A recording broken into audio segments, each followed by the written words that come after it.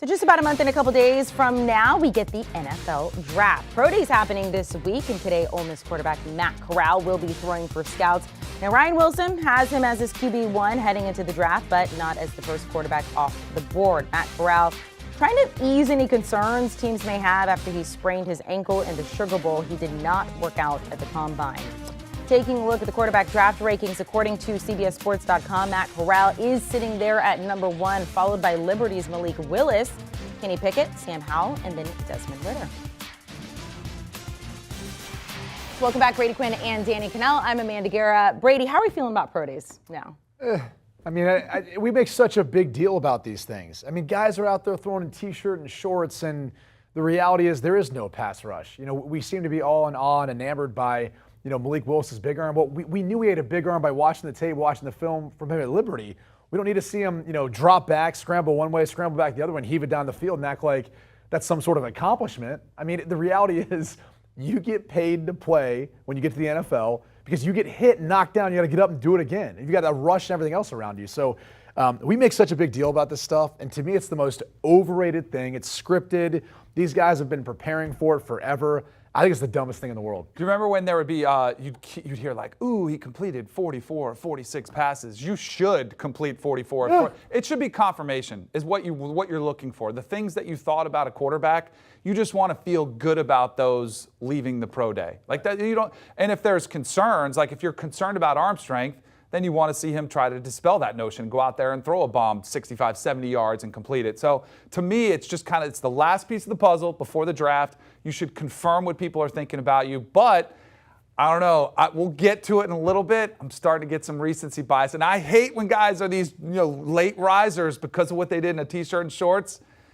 But there might be one in there that's moving up my charts. I'm just waiting for someone to go back to the Johnny Manziel days where they put on the helmet. That was a great move, though. For him, that was first time we'd ever seen the broom. Don't forget that broom that they were chasing around with the whole time. Yes. Okay, so let's talk about ex-presidents watching him. Do you remember that? That was nuts. Did he really? Yeah. Yes. Yeah. Oh, good Lord. Okay, let's move on from Johnny Manziel. Let's talk about the guys we're going to see in this year's draft. So let's talk about Matt Corral.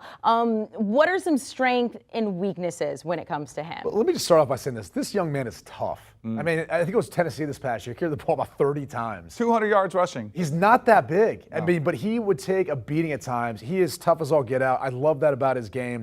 The deep ball accuracy is really what you see jump off the page. I mean, he can push the ball down the field. He's very accurate, and he's mobile. He's mobile enough to extend plays, to be a part of the running game, as we just talked about. So those are all things that are obviously going to benefit him well at the next level. So the thing I love about this exercise, Amanda, is that I just said confirmation bias. So I'm just confirming all of my biases on Matt Corral based off of Brady's content. Because I did not just use a thesaurus and look up different words for the same terms. I actually saw these same things. You mentioned his toughness. He's durable. I mean, that's another word for it. Did that even change at all? It did. So mine are slightly different, but they're very similar. Deep ball, you see that. And then I really think where he excels, and this is, improvisational skills, like getting out but keeping his eyes downfield, knowing when to tuck it and run it, knowing when to take the shots down there. He's a great playmaker, which is a great compliment to a quarterback. Absolutely. He's going to need it. I mean, most teams that are drafting a first-round quarterback, you're going to a bad team with a bad offense. Right, for sure. Any weaknesses there? Yeah, for sure. Go ahead. Yeah, I think the things you are concerned by is the fact that he's not that big, and you're now playing 17 games in the NFL, so it's just an additional game, additional beating on his body. Can he survive that? He obviously dealt with injuries during his time at Ole Miss. Outside of that, you don't see him throw with anticipation on many of the throws because it was such an RPO-heavy offense. And I think that can be a hard transition in the NFL league. The reality is you can't run as many RPOs in the NFL because the rules are different. Your ineligible offensive linemen are only allowed 1 yard downfield. In college, it's 3.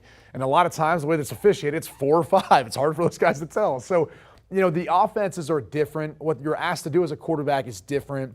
That transition for him may be difficult as he, once he gets drafted, once he picks up a playbook, is going, this is way different than what I was running in college. Similar. I thought the size is an issue. Now, there was a trend there when we had guys that weren't as tall. Baker Mayfield was the number 1 overall. Kyler Murray was tiny. He was taken number 1 overall. And everybody's like, see, you don't have to be that tall. But how's it working now? It's like it does.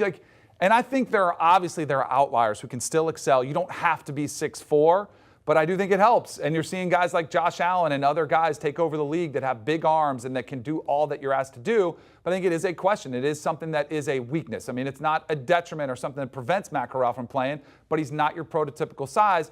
And then much like you were talking about, the question I have is he a product of the system that he plays in?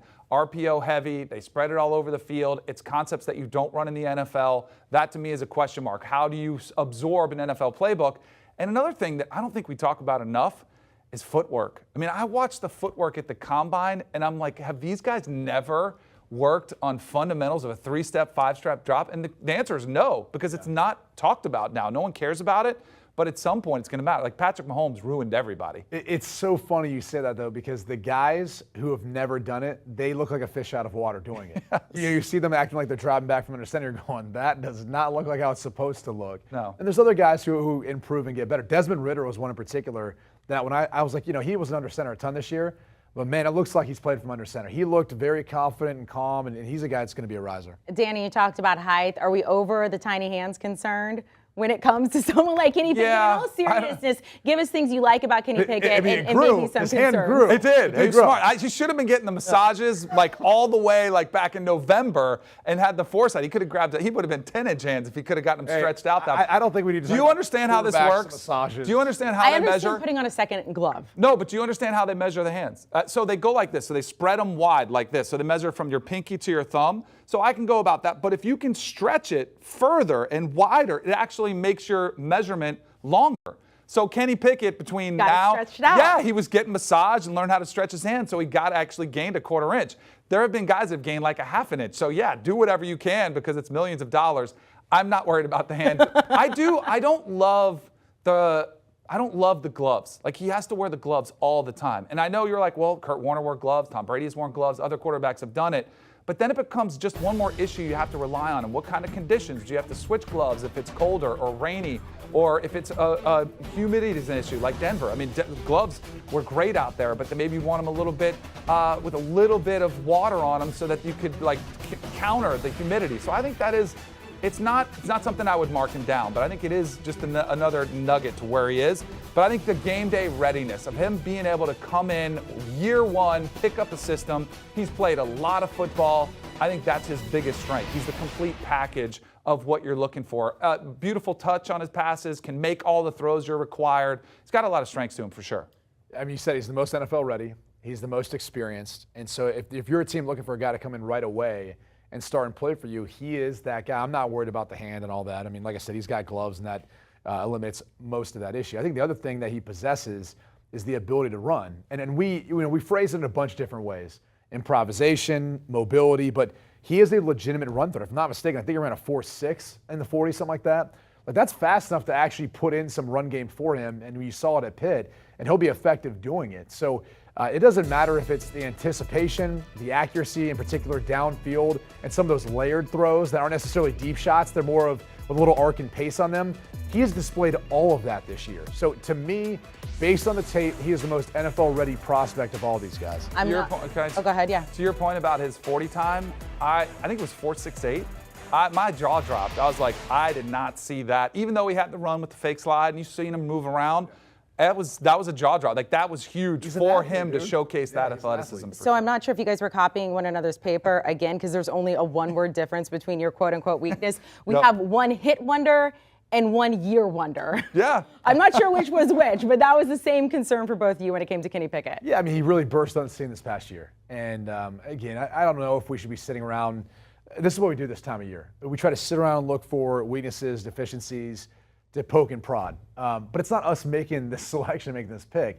And so again, I'm not concerned by it at all. It's more of what I hear, and it's more what people talk about in regards to him.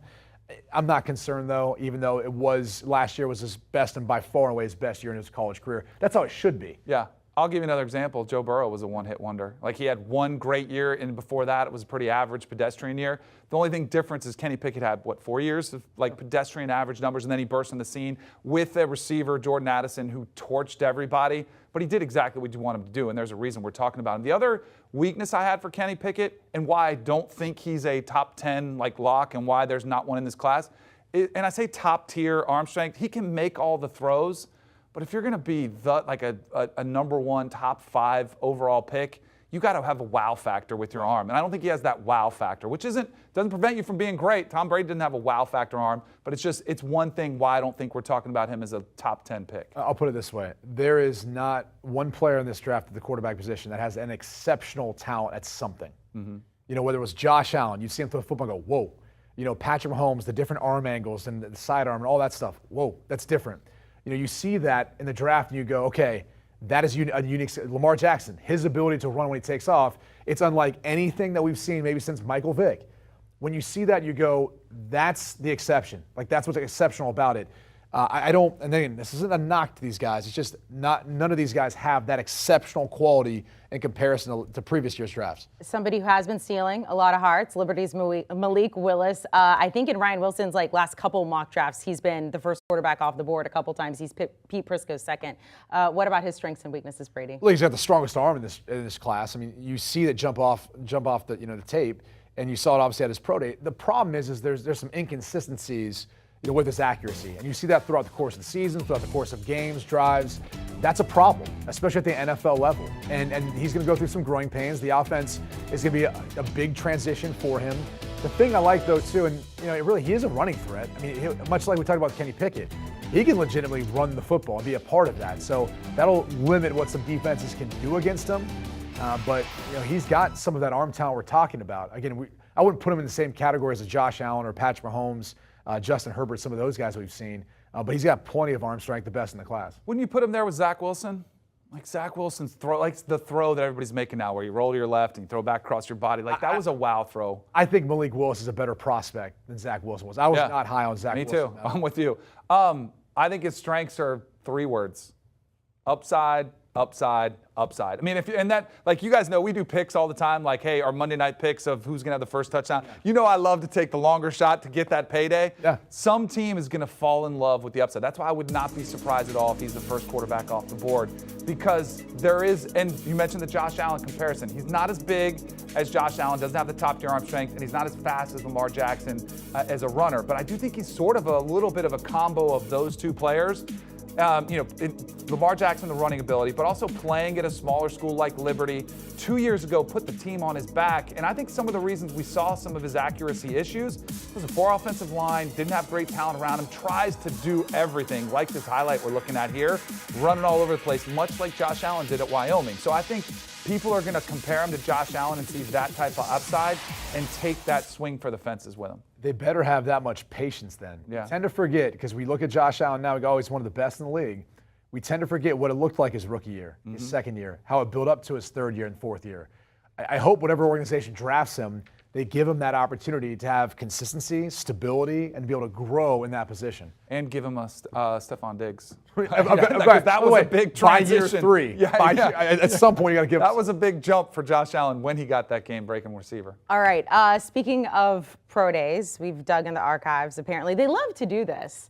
We got Brady? It has to do with Brady. Let's go. Yeah. Let's break him down. So. Let's see. I don't know. They're probably back there, but they've told me they're. Wow, look at that hair. Take us back, Brady. Look at, you don't have to worry about footwork on this guy.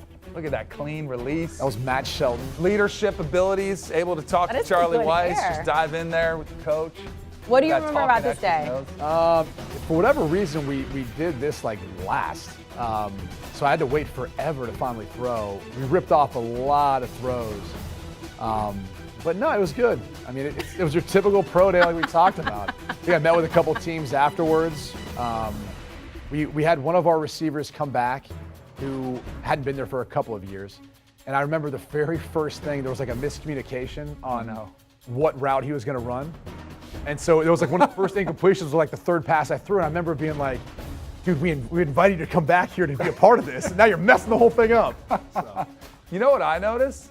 What are we doing indoors, man? Go show them the elements. Let's go. Get outside. That would have been, we had that early though. Cold. Teens and snow. That would have been, when's the combine? February? It would have been the first week of March. Ooh. So I think we did everyone a favor. They might have been upset had they had to stay outside and watch you. My pro day thank you footage for letting us take back into the archives. Black and white. Yeah, I was going to say. Hair looks a little different. A little gray. We would need like a whole different system to play it back, Danny. Exactly. Danny, Kanell, Brady, Quinn, thank you guys so much. Ryan Wilson's latest mock draft. Now, this is 1 through 10. This may be fine. Obviously, next week he's going to have some switching up to do with her there at the bottom, with the Chiefs now having the Dolphins pick at 29, also their initial pick at 30 as well. Do you want a sports network that delivers everything that matters about the game? The highlights, the picks, the instant analysis, no yelling, no fake debates, no politics. Hit the subscribe button and never miss a moment.